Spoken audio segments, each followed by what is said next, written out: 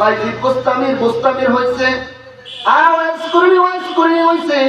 বড় বড় আল্লাহর ওলিরা, বড় বড় আলিমরা বাবা মার দুয়ার কারণে বড় হয়েছে। কথা বলেন ঠিক কিনা?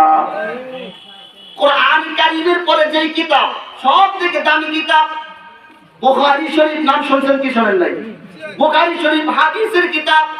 এই কিতাবের লেখক ইমাম বুখারী, ইসমাইল বুখারী, তার নাম ইসমাইল। তিনি ছোটবেলায় অন্ধ ছিলেন। কি ছিলেন? ছোটবেলা জন্ম থেকেই অন্ধ ছিলেন। তার দুইটা চোখ অন্ধ হয়ে গেছিল, চিরতরে তার দৃষ্টি শক্তি হারায় গেছিল। যখন সন্তান চোখে দেখে না, বলেন তো দেখি আব্বা আমার কলিজা কি ভালো লাগে। সন্তান অসুস্থ হইলে তাদের কি পরিমাণ টেনশন। যখন ইসমাইল বুখারী অন্ধ, কানা, কিছুই দেখতে পায় না, মা জাইনামাজের চেষ্টা দিয়া বলে কেবল বাড়ি আমার কলিজার টুকরা নয়নমণি ইসমাইল বুখারীর চক্ষু দুইটা বলো করে। ছোটবেলা আমাদের অনেকের জন্য কিন্তু মা বাবা এরকম দোয়া করেছে, কি করে নাই?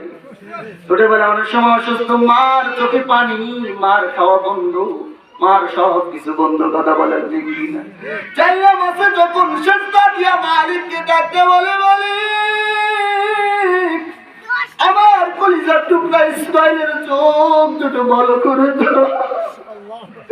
আল্লাহ তাআলা ইসমাইল বুখারীর চক্ষু দুইটা মায়ের দুয়ার বরকতে ভালো করে দিয়েছে। সুবহানাল্লাহ বলবেন না? সময় আমার শেষ হয়ে গেছে। এখানে যারা বাবা আছেন সন্তানের জন্য কি করবেন জোরে বলেন? দোয়া। আর যাদের আব্বা আম্মা বেঁচে নাই তাদের জন্য দোয়া করবেন, যাদের বেঁচে আছে তাদের খেদমত করবেন তো ইনশাআল্লাহ। আল্লাহ তাআলা তৌফিক দান করুন। সকলে বলেন আমিন। ওয়া আখির দাওয়ানা আলহামদুলিল্লাহি রাব্বিল আলামিন। আসসালামু আলাইকুম ওয়া রাহমাতুল্লাহি তাআলা ওয়া বারাকাতুহু।